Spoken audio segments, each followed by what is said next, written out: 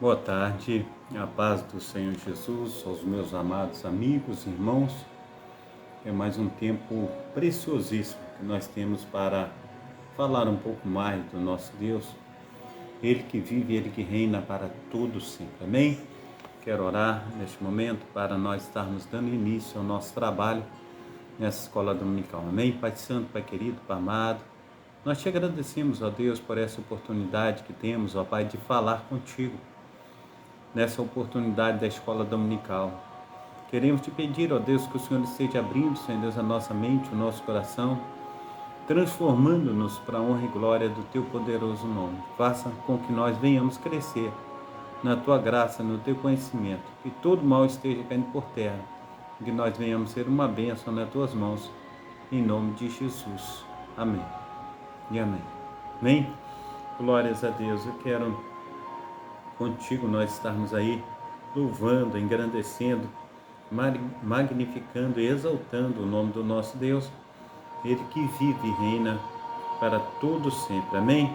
Glórias a Deus. Que maravilha podermos estarmos ligados no trono da graça do nosso Deus. Amém? Então nós estamos aí na escola dominical e nós estamos aí na lição 11 do primeiro trimestre, né? Lição 11. A igreja, nós estamos aqui na Igreja Assembleia de Deus, Ministério Efraim de Deus, situado na Travessa Souza Andrade, número 123, bairro Cascadura, Rio de Janeiro. Amém?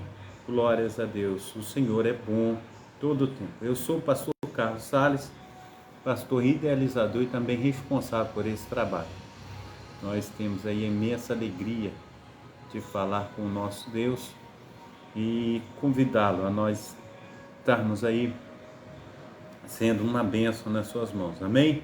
Então, meu amado irmão, minha amada irmã, que estejamos aí fluindo, né, da gloriosa graça do nosso Senhor e Salvador Jesus Cristo, Ele que vive, Ele que reina para todo sempre. Amém? Então, que o Senhor esteja aí nos ajudando a estar levando, né, essa palavra aos nossos amados irmãos, e venhamos aí, em nome de Jesus, estar abrindo o nosso coração para o nosso Deus, Ele que tem cuidado de nós, Ele que tem feito maravilhas, que nós possamos aí, em nome de Jesus Cristo, estar colocando, né, diante de Deus, aí tudo que nós temos feito, que seja para a honra, que seja para a glória do nosso Senhor e Salvador Jesus Cristo. Deixa eu compartilhar aqui com os amados irmãos, que Deus esteja aí operando, né, maravilhosamente, em nome de Jesus, que Deus esteja aí fazendo uma obra magnífica na vida de cada um dos meus amados irmãos, que venhamos ser uma bênção, que Deus esteja aí fazendo infinitamente mais e que nós possamos crescer na sua graça, crescer no seu conhecimento, em nome de Jesus. Amém? Então, vamos à leitura, né? A leitura aqui dessa escola dominical, essa lição 11 do dia 17 de março de 2024, ela fala sobre o culto da igreja cristã. Ela também traz um texto áureo, e o texto áureo diz assim: que fareis, pois, irmãos, quando vos ajuntais, cada um de vós tem salmo, outro tem doutrina, tem revelação, tem língua, tem interpretação, faça-se tudo para edificação. 1 Coríntios capítulo 14, versículo 26. Verdade prática. O culto é, aleluia, uma sublime forma de nos expressarmos em adoração, louvor, gratidão e total rendição ao nosso Senhor e Salvador Jesus Cristo. Amém? Glórias a Deus, aleluia. Quero ler a palavra bíblica em classe, que está em Efésios capítulo 5, versículo 15 ao versículo 21. Diz assim: portanto, vede prudentemente como andais, não como nécios, mas como sábios, redimindo o tempo, porquanto os dias são maus, pelo que não sejais insensatos, mas entendei qual seja a vontade do Senhor.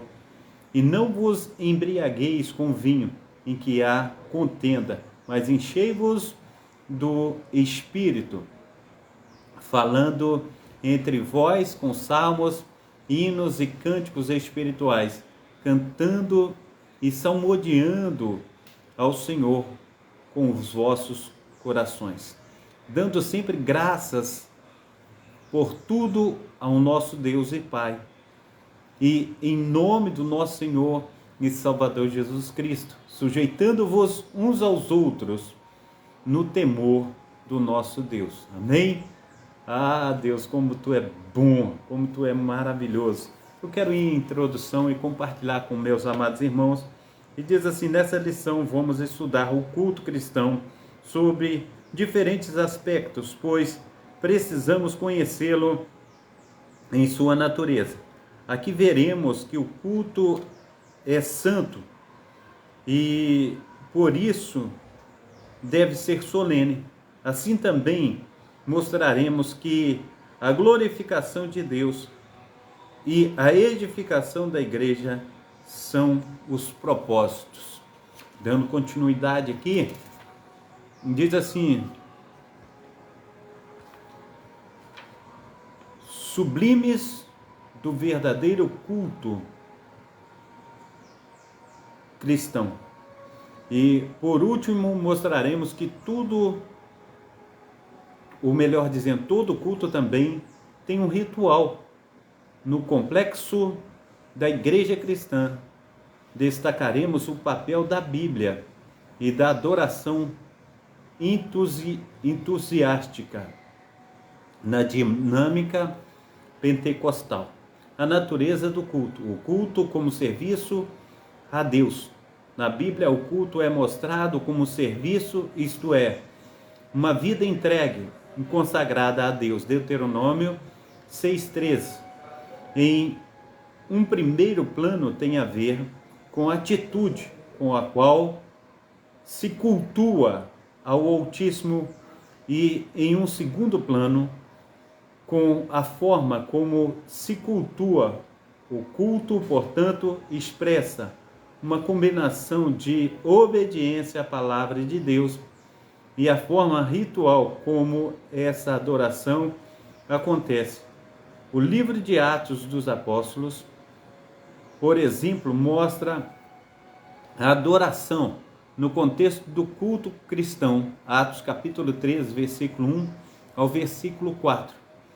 Enquanto os cristãos servem ou serviam leitúrgio, isto é, cultuavam o Senhor, o Espírito Santo comissionou os primeiros missionários da igreja.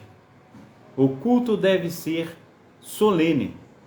Por solene, nos referimos ao que traz respeito e é majestoso. Isso significa que trata o conteúdo como a maneira de cultuar são importantes. Eclesiastes capítulo 5, versículo 1 e 1 Coríntios capítulo 11, versículo 27. Por isso o culto não pode ser destituído do significado, nem realizado de qualquer jeito. Levítico capítulo 10, versículo 1 e versículo 2. Não por acaso o apóstolo Paulo expõe principalmente que regulamentaram o culto na igreja de Corinto, em 1 Coríntios capítulo 12, versículo 14. Isso deixa claro que há uma ordem a ser observada na liturgia cristã. Para isso, temos na Bíblia o parâmetro para o bom ordenamento do culto, por exemplo, aos coríntios. Ampliando o conhecimento. Expressões da adoração no culto. Dois princípios essenciais ajudam a dirigir e orientar a adoração cristã. A adoração genuína acontece em espírito e em verdade. Veja João capítulo 4, versículo 23. Em outras palavras, a adoração não é apenas uma atividade física ou mental, mas também um exercício espiritual, uma resposta apropriada à maneira como Deus se revelou a nós, especificamente por meio do seu Filho Jesus Cristo. A adoração envolve a interação sincera entre o espírito humano e o Espírito Santo de Deus. 1 Coríntios capítulo 12, versículos 7 ao 12. Amplie mais o seu conhecimento lendo a Bíblia de Estudo Pentecostal, editora CPAD. Infelizmente, há muitas reuniões invernizadas para se parecerem como um culto, mas de fato não são. Parecem reuniões profanas, tanto na sua forma quanto na sua essência. O apóstolo destacou o seguinte: mas faça-se tudo decentemente e com ordem. 1 Coríntios capítulo 14, versículo 40. Nesse texto temos os termos gregos euchemonos, traduzidos como decentemente ou decorosamente, e tax, traduzido por ordem. Isso nos leva a compreender, portanto, de acordo com a Bíblia, que o culto precisa ter decoro, decência, ordem. O culto é santo, a santidade de Deus é afirmada por toda a Bíblia. Levítico capítulo 11, versículo 4, Isaías capítulo 43, versículo 3, 1 Pedro capítulo 1, versículo 15 e 16. Visto que Deus é santo, Levítico 20, versículo 26, o culto também deve ser santo.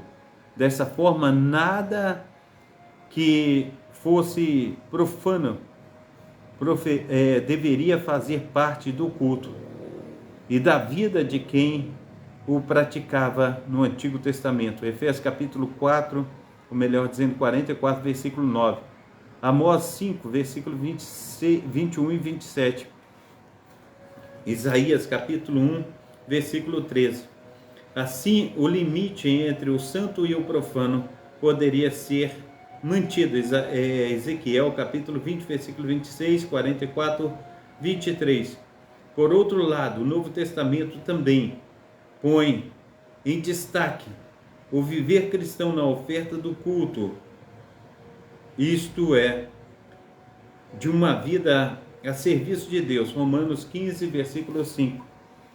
A igreja é o espaço sacro onde o culto acontece. Atos capítulo 13, versículo 2. Assim como no Antigo Testamento, o culto cristão também não deve ser profanado. Em 1 Coríntios capítulo 11, versículo 17 e versículo 18. Nesse caso, tanto a conduta como o modo de viver são levados em conta como a esfera do culto também. Sinopse 1. Sendo o culto uma forma de serviço a Deus, sua prática requer reverência, ordem e santidade. Auxílio teológico. O auxílio, ou melhor dizendo, o culto dirigido pelo Espírito Santo. Todos nós sabemos que o culto, aleluia, divino deve ser orientado pelo Espírito Santo, e consideraram uma temeridade se houvesse nesses escritos a pretensão de temor para o homem, a prerrogativas que não, aleluia, são exclusivas do Senhor. Cabe-se a nós, no entanto, dizer que o Espírito, aleluia, de Deus usa para todos os que se coloca à disposição. Isso é maravilhoso, notar que somos instrumentos do Espírito e é do agrado do Senhor que seus servos estejam devidamente informados sobre qualquer procedimento por causa... Deus de Israel!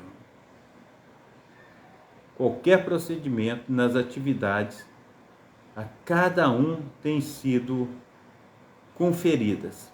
A direção de uma igreja cabe principalmente ao Espírito Santo, mas a participação humana é uma indispensável, o elemento humano na direção de um culto a Deus. Precisa estar primeiramente em sintonia com o Espírito Santo. Dirigir o culto requer muita responsabilidade, porque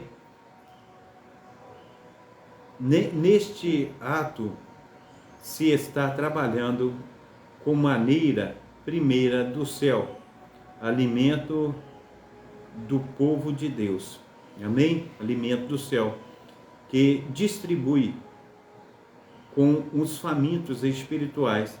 A meta de quem dirige o culto pode ser a de se cumprir no meio dos homens, encontrar oportunidade para expor os frutos do seu, os frutos do eu e da vaidade, mas sim fazer tudo para glorificar o nome do nosso Senhor e Salvador Jesus Cristo. Oliveira, Timóteo Ramos Manuel das Cerimônias. Glórias a Deus. O Senhor é bom. Propósito do culto: glorificar a Deus. O culto é uma celebração que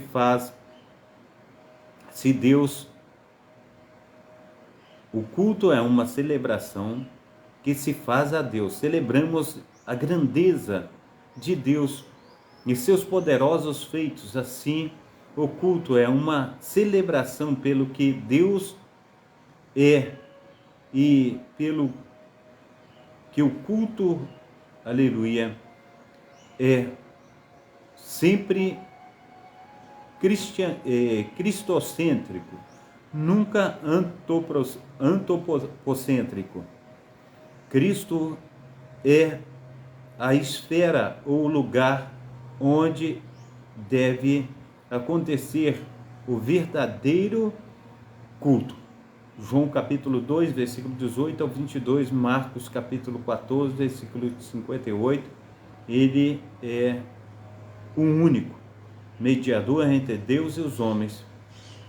1 Timóteo capítulo 2, versículo 5, e o eterno sumo sacerdote.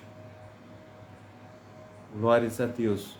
Capítulo 2, 17, 5, 10, glórias a Deus.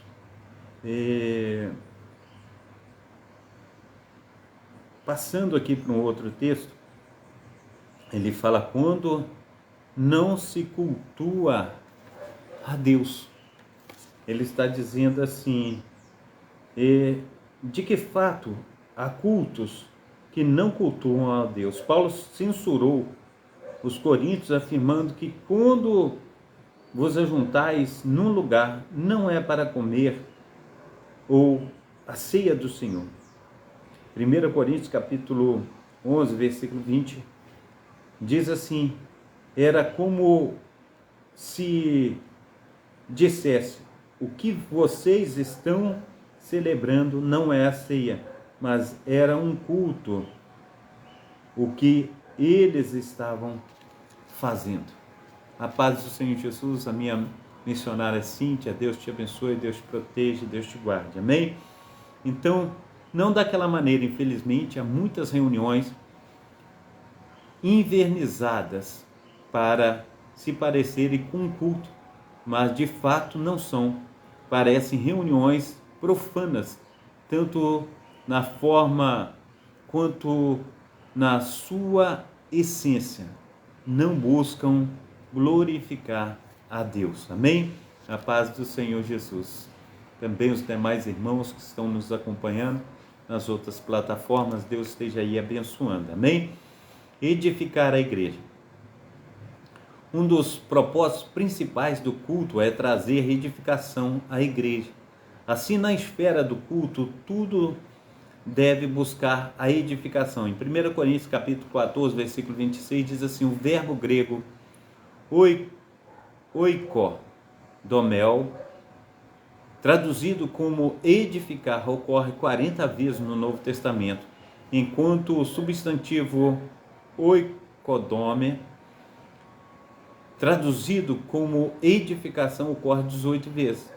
O sentido de algo que está sendo construído, como a parábola da casa edificada sobre aquela rocha. É usado muitas vezes no contexto do culto. O fato é mais claro do que um dos propósitos do culto é trazer edificação. Para a igreja está revelado no capítulo 14 de 1 Coríntios, aleluia, glórias a Deus, nesse capítulo o apóstolo disciplina os usos dos dons na igreja pelo fato de seu uso não estar trazendo edificação à igreja. Assim, aquele que fala línguas não, aleluia, na esfera do culto público, declara aleluia, interpretar para que a igreja fosse edificada. 1 Coríntios capítulo 4, versículo 15. Todos os demais dons deveriam seguir a Cristo da maneira, aleluia, glórias ao nome santo do Senhor Jesus. Então, desta maneira, nós precisamos, em nome de Jesus Cristo, colocar aí critérios para nós estarmos adorando, buscando o nosso Mestre. Então, ele diz assim, assim aquele que falava em línguas na esfera do culto público deveria interpretar para que a igreja fosse edificada. Todos os demais dons deveriam deveria seguir esse critério. 1 Coríntios capítulo 14, versículo 12. Da mesma forma, os dons espirituais, glórias a Deus, oh Deus de Israel, os dons ministeriais devem contribuir para o corpo e o corpo do nosso Senhor e Salvador Jesus Cristo. Sinopse do texto 2 diz assim, embora o alvo do culto seja Deus e não o ser humano, um culto legitimamente cristocêntrico edifica toda a igreja. Esse culto cristocêntrico, ele edifica toda a igreja. A exposição da Bíblia, o movimento pentecostal tem se firmado seu compromisso com a autoridade da Bíblia para governar toda a crença, experiência e prática. Dessa forma, glórias a Deus, o pentecostal viram a necessidade de julgar o mérito de todo o ensino, manifestações espirituais e, contudo, a luz, glórias a Deus, da palavra objetiva e revelada de Deus. A Bíblia, esse fato mostra qual a literatura e a exposição da Bíblia devem ocupar o lugar de primazia na dinâmica, na liturgia do culto. Nesse aspecto, o pastor não pode estar à frente de toda a igreja e deve ser responsável pela liturgia do culto. Glórias ao nome santo do nosso Senhor e Salvador Jesus Cristo. Deve ficar tanto ao lugar que as Escrituras têm como culto o Senhor Jesus Cristo, nosso maior exemplo, fez a exposição das Escrituras com base, aleluia, de seu ministério. Lucas capítulo 4, versículo 16, versículo 18, escrevendo sobre a liturgia. Glórias a Deus. Maravilhoso é o Senhor que tudo pode. Então, voltando aqui atrás um pouquinho, encontramos, aleluia, esse mesmo apóstolo, juntamente com seu companheiro Barnabé, expondo e ensinando a palavra de Deus, Atos capítulo 15, versículo 35.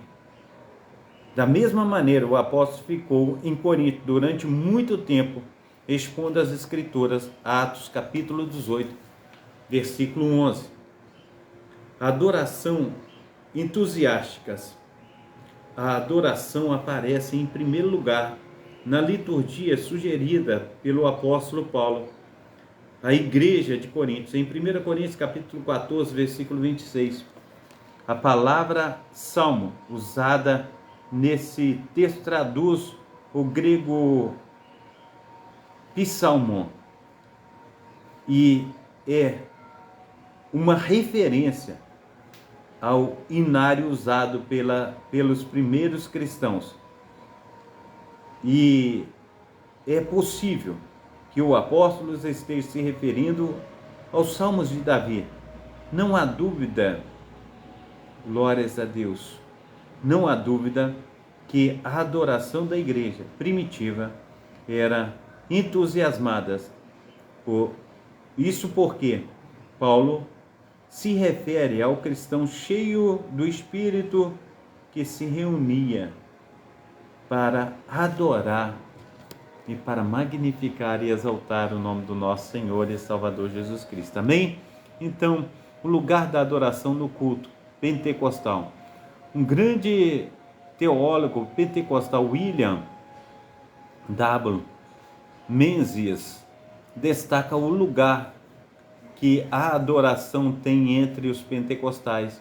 De acordo com ele, deste modo, o pentecostal, ou melhor dizendo, os pentecostais, foram conhecidos no mundo todo pela reunião dos cultos alegres e rudiosos. Isso era visto nas reuniões de oração, nas mais, aleluia, nas quais todos os presentes coletivos eloquentemente derramavam o coração perante Deus em oração e louvor. Isso também acontece no levantar das mãos como resposta à percepção de que Deus se faz presente. Parte também da liturgia pentecostal, louvar a Deus em alta voz e exercitar os dons espirituais. Amém?